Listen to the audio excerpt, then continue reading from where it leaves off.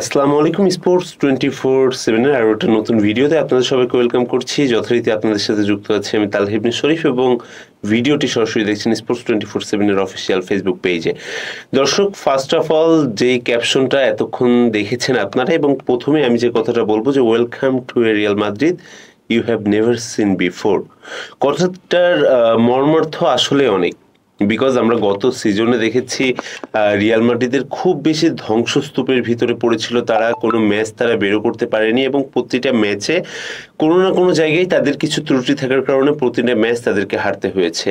So সেই ফেজটা থেকে তারা কিভাবে উত্তরণ করতে পারে তার জন্য তাদের কর্তৃপক্ষ জাভি আলোনসোকে নিজেদের কোচ হিসেবে নিয়েছে। কেন সেটার ব্যাখ্যা আমরা আজকে করবো পুরো ভিডিওটা জুড়ে। আশা করছি আপনারা শেষ পর্যন্ত আমাদের সাথে থাকবেন। প্রথমত যদি বলি, রিয়াল মাদ্রিদের আসলে মূল থিমটা কি থাকে? রিয়াল মাদ্রিদের মূল থিমটা থাকে এমন যে if you perform you can stay, or if you can not perform you can stay. So কথাটা এমন তাদের যে তুমি যদি তাদেরকে কিছু দিতে পারো তুমি তাদের ক্লাবে থাকবা, সেটা প্লেয়ার হিসেবে হোক, অ্যাজ এ কোচ হিসেবে হোক। সো যখনই তুমি এটা পারবা না তখনই তোমাকে চলে যেতে হবে। এবং রিয়াল মাদ্রিদ বরাবরই এই ফুটবলটাকে বিশ্বাস করেই সামনে আগায় এবং এর জন্যই রিয়াল মাদ্রিদকে প্রিমিয়াম একটা, যদি আমি বলি যে প্রিমিয়াম একটা দল হিসেবে স্বীকৃতি দেওয়া যায় শুধুমাত্র এই কারণটার কারণে। বিকজ রিয়াল মাদ্রিদে যখন যেই প্লেয়ারটাই আসছে প্রত্যেকেই পারফর্ম করে নিজের জায়গাটা ধরে রাখতে হয়েছে। এমন কোনো প্লেয়ার আপনি রিয়াল মাদ্রিদে দেখাতে পারবেন না যে প্লেয়ারটা রিয়াল মাদ্রিদ থেকেই খুব বেশি ভালো পারফর্ম করে দেন হয়তো অন্য জায়গায় মুভ করছে, এমন খুব কম, হয়তো হাতে গোনা 1 থেকে 2 জনের বেশি আপনি কাউকে দেখাতে পারবেন না। ফার্স্ট অফ অল আমরা যদি বলি যে রিয়াল মাদ্রিদের ফুটবল খেলাটা কেমন হয়, রিয়াল মাদ্রিদ মূলত যে ফুটবলটা খেলে সেটাকে আমার কাছে ফুটবলের সৌন্দর্য মনে হয় না। হয়তো অনেকে আমার বিপক্ষে কথা বলতে পারেন, কিন্তু আমি সত্য বলতে যেটা যে রিয়েল ফুটবলটা যেটা বার্সেলোনা খেলে আসছে দীর্ঘদিন ধরে, রিয়াল মাদ্রিদ যে ফুটবলটা আমরা একটা সময় দেখেছিলাম ঠিক এমন ফুটবলটা খেলতে, সেটা 2010-11 সালে যখন জোসে মরিনো কোচ হিসেবে এসেছিল তখন আমরা খেলাটা দেখেছিলাম। ফুটবলের সৌন্দর্যটা তখন বৃদ্ধি পেয়েছিল এবং রিয়াল মাদ্রিদ প্রকৃত ফুটবলটা খেলেছিল, যে ফুটবলটা চোখে লেগে থাকার মতো ছিল। সো তখন রিয়াল মাদ্রিদের ফুটবল সমর্থকদের কাছেও আপনি যদি একই কথায় আসেন তারাও ঠিক একই কথাই বলবে যে রিয়াল মাদ্রিদ তখন যে ফুটবলটা খেলেছে সেই ফুটবলটা এখন তাদের ভিতরে সচরাচর দেখা যায় না। আপনি সচরাচর যদি আমি আপনাকে বলি যে আপনি বার্সার খেলাটা দেখতে পারেন, বার্সেলোনার প্রত্যেকটা পাসিং প্রেসিং থেকে শুরু করে প্রত্যেকটা জিনিস আপনি দেখতে পারেন।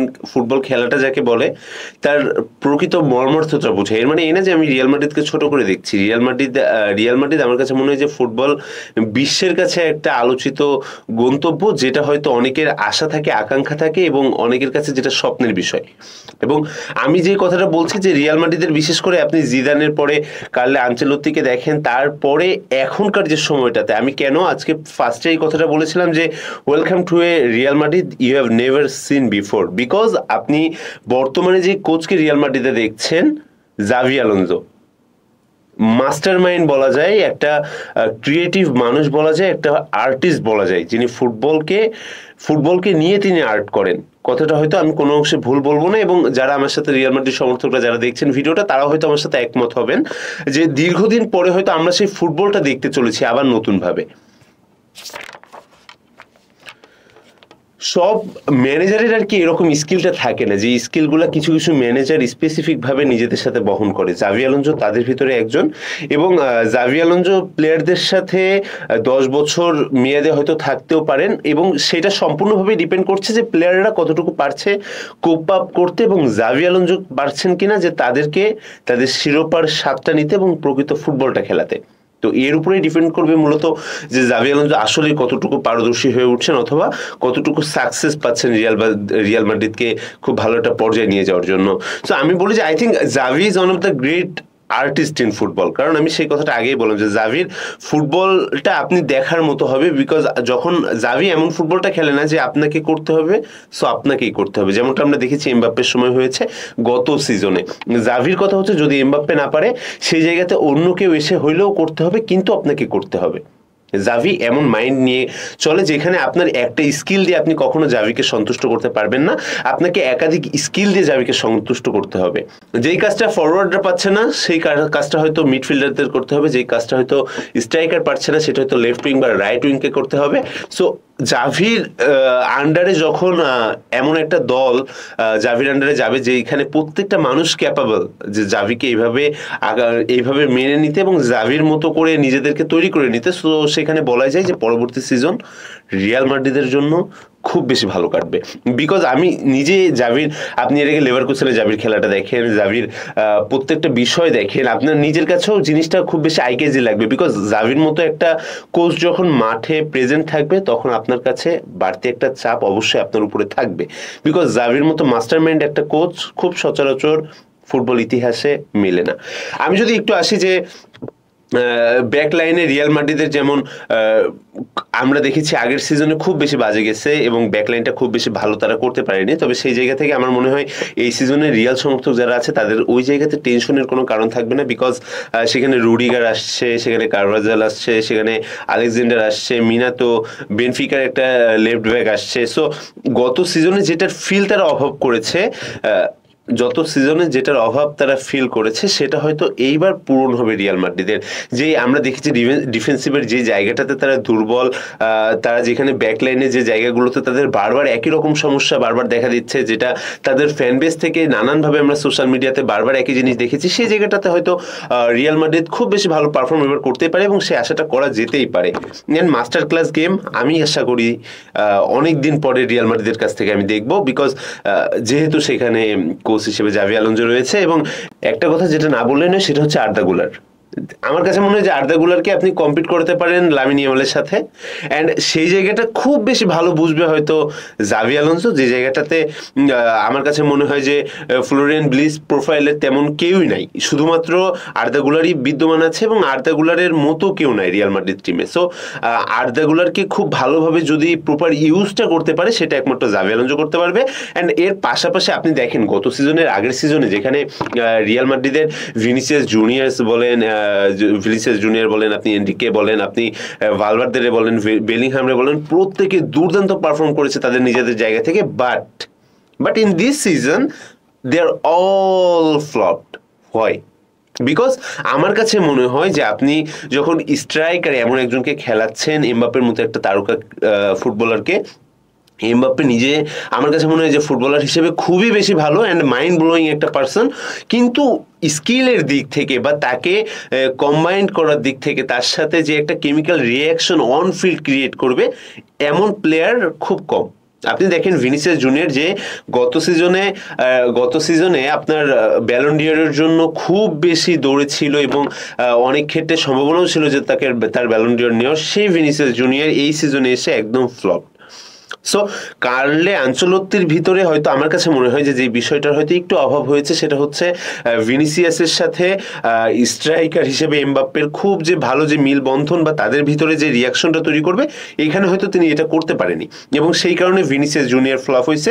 অ্যান্ড অ্যানাদার সাইড আমার কাছে মনে হয় যে জাভি আলোনসোর সাথে আপনি যদি এমবাপ্পেকে কোপ আপ করাতে চান তবে সেটা খুব বেশি দুষ্কর। অ্যান্ড আমার কাছে মনে হয় এই একটা জায়গায় after a new manager, Vini is going to be a master in his skill, and আমার কাছে এটা মনে হয় যে Mbappe going to be a big failure under Xavi Alonso, because আপনি এমবাপ্পের সাথে অন্য কাউকে তেমন ভাবে কোপ আপ করতে পারবেন না। বিকজ এর আগে আমরা দেখেছি কার্লো আনচেলত্তি খুব বেশি ট্রাই করেছে, তারপরে হয়তো কিছু জায়গায় তাদের দুর্বলতার জায়গাটা থেকেই গেছে বড়ের মতো, অ্যান্ড দ্যাটস ওয়াই এইবারও আমার মনে হয় না যে এমবাপ্পে খুব বেশি পারফর্ম করবে। অ্যান্ড হয়তো আমার কাছে মনে হয় যে এটা ফ্লপ করতেই পারে, বিকজ জাভি আলোনসো সবসময় ট্রাই করবে প্লেয়ারদের ভিতরে কমিউনিকেশন অর তাদের ভিতরে রিয়াকশন তৈরি করার, যেটা খুব বেশি দরকার।